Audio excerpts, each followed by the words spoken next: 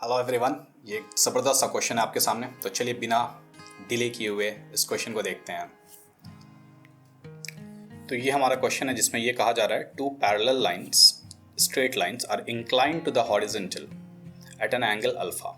Okay, तो दो parallel straight line है जो कि हॉरिजॉन्टल से अल्फा एंगल पे इंक्लाइंड है। तो इसको हम लोग क्या करते हैं कि फिगर भी साथ साथ बनाते चलते हैं ताकि ज़्यादा अच्छे से समझ में आ सके। तो दो पैरेलल लाइंस आप ले लीजिए, ठीक है। एक लाइन यहाँ ले लीजिए, एक लाइन आप यहाँ ले लीजिए, ठीक।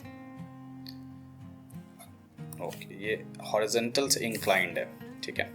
तो हॉरिजॉन्टल भी हम लोग ड्रॉ कर लेंगे यहाँ पे, और ये दोनों लाइन हॉरिजॉन्टल से अल्फा एंगल पे इंक्लाइंड है, ठीक है।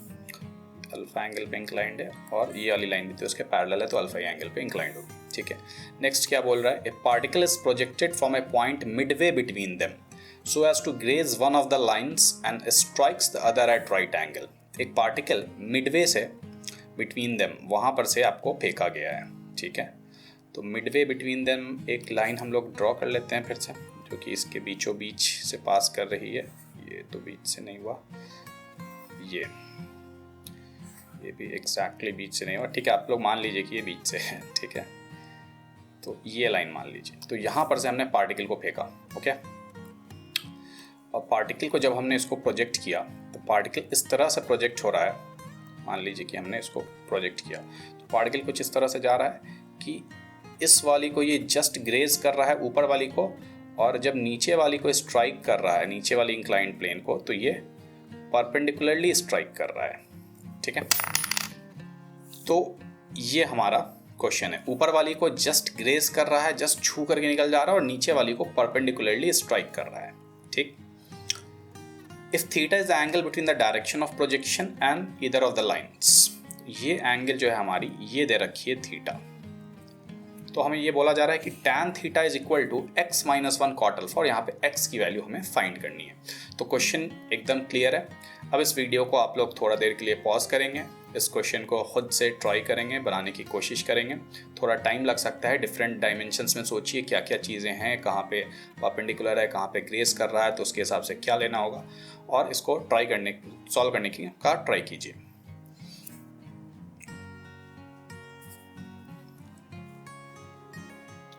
तो चलिए अब इसका सॉल्यूशन देखते हैं हम लोग। तो सबसे पहले तो हमारा जो एक्सेस है वो एक्स और वाई एक्सेस, हम एक्स एक्सेस इसके लॉन्ग ले लेते हैं इंक्लाइंड प्लेन के लॉन्ग, और वाई एक्सेस हम इंक्लाइंड प्लेन के परपेंडिकुलर ले लेते हैं, ठीक है।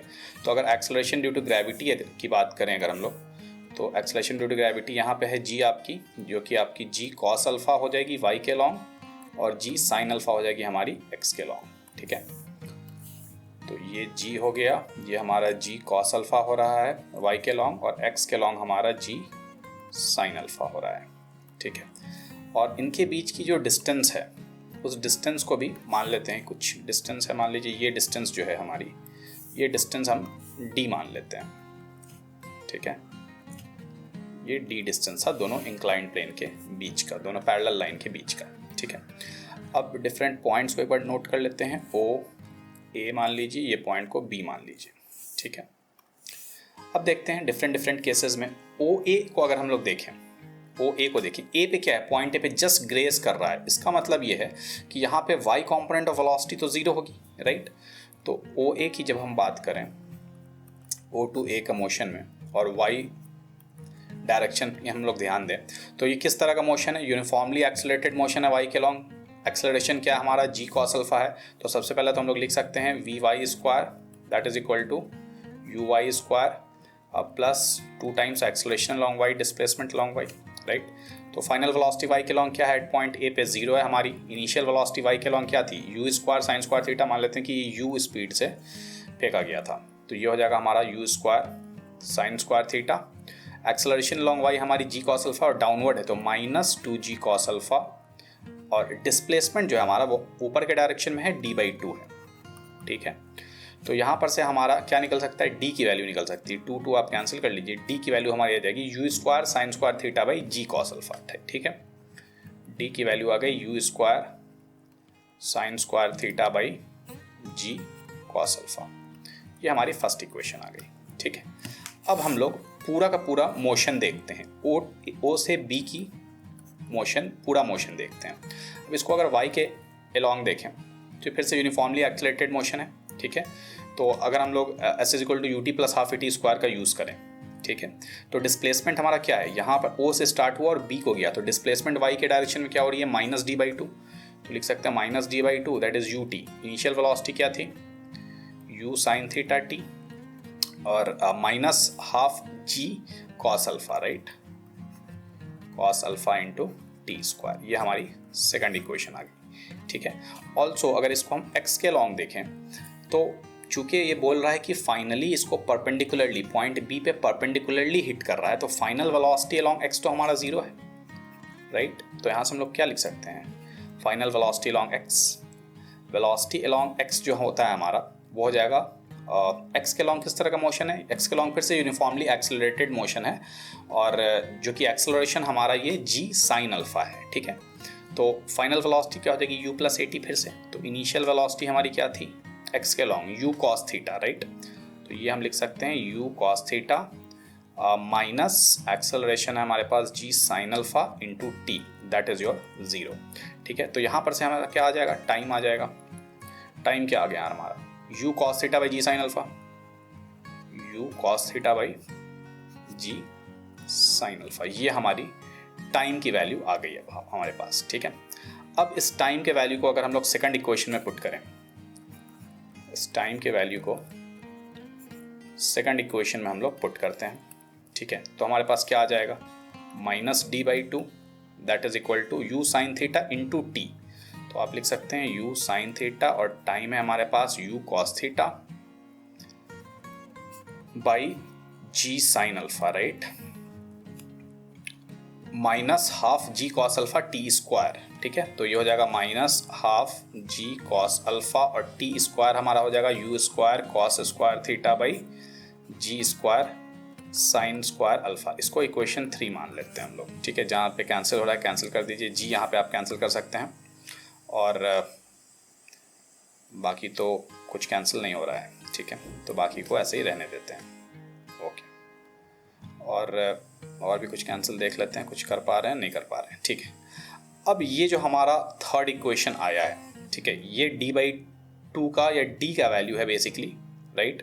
अब इसमें हम लोग इक्वेशन 1 से जो d की वैल्यू लाए थे उसको सब्स्टिट्यूट कर देते हैं। अब इस क्वेश्चन को मैं थोड़ा सा इरेज कर रहा हूँ, क्वेश्चन सबको क्लियर हो चुका है, तो यहाँ पे इरेज कर लेता हूँ मैं। अब आगे देखते हैं,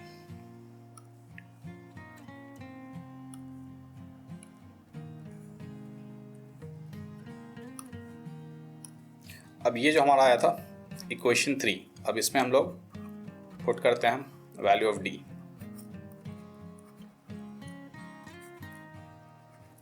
कहाँ से, इक्वेशन 1 से। तो जैसे ही हम लोग इसको पुट करते हैं क्या आ जाएगा, -d/2 के बदले लिख सकते हैं हम लोग यहाँ पे -d/2 जो हमारा है, तो that is u square sine square theta by g cos alpha, u square sine square theta by g cos alpha, ठीक है, divided by 2, that is your, फिर से उसको लिख लेते हैं u square sine theta cos theta, u square sine theta cos theta by g sine alpha minus u square cos alpha cos square theta by g sign square alpha, 2g sign square alpha, right, 2g sign square alpha, ठीक है। तो अब यहाँ पे देखिए u square और g तो हर में है, तो इसको हम कैंसिल कर लेंगे पहले, ठीक है। ये यहाँ तक हमारा हो चुका है। अब आगे बढ़ते हैं, तो यहाँ पे क्या बचा हमारा, minus sine square theta by 2 cos alpha, minus sine square theta by 2 cos alpha, that is equal to sine theta cos theta by sine alpha, minus आपके पास बच गया cos alpha cos square theta by sine square alpha, 2 sine square alpha. ये हमारा equation अभी तक बच गया है। हमें इक्वेट करना था कि tan थीटा की वैल्यू दे रखी थी x-1 समथिंग, देखते हैं क्या है, ठीक है। अब देखिए, तो साइन स्क्वायर थीटा, अभी हम क्या करते हैं कि कॉस अल्फा साइन अल्फा हमारे पास तो इसको अगर हम लोग कॉस स्क्वायर थीटा से डिवाइड करके कॉस अल्फा से मल्टीप्लाई कर देते हैं, 2 कॉस अल्फा से मल्टीप्लाई करते हैं, ठीक है। तो ये हमारा आ जाएगा आपको माइनस टैन स्क्वायर थीटा, और यहाँ पे हमारा आ जाएगा कॉस स्क्वायर थीटा। तो एक cos theta sine theta by cos theta, एक टैन थीटा आ गया, और 2 कॉस अल्फा मतलब 2 कॉट अल्फा भी आ गया। तो 2 टैन थीटा कॉट अल्फा आ गया हमारे पास। और यहाँ पे जब देखिए कॉस स्क्वायर थीटा कैंसिल हो जाएगा, तो हमारे पास क्या बच जाएगी, हमारे बच जाएगी कॉस अल्फा और साइन अल्फा। और यहाँ पे 2 कॉस अल्फा था, 2 cancel, cos square alpha by sine square alpha, तो ये हमारे आ गया कॉट स्क्वायर अल्फा, ठीक है। यहाँ तक हमारा आ गया है। थोड़ा सा इसको और इरेज करते हैं।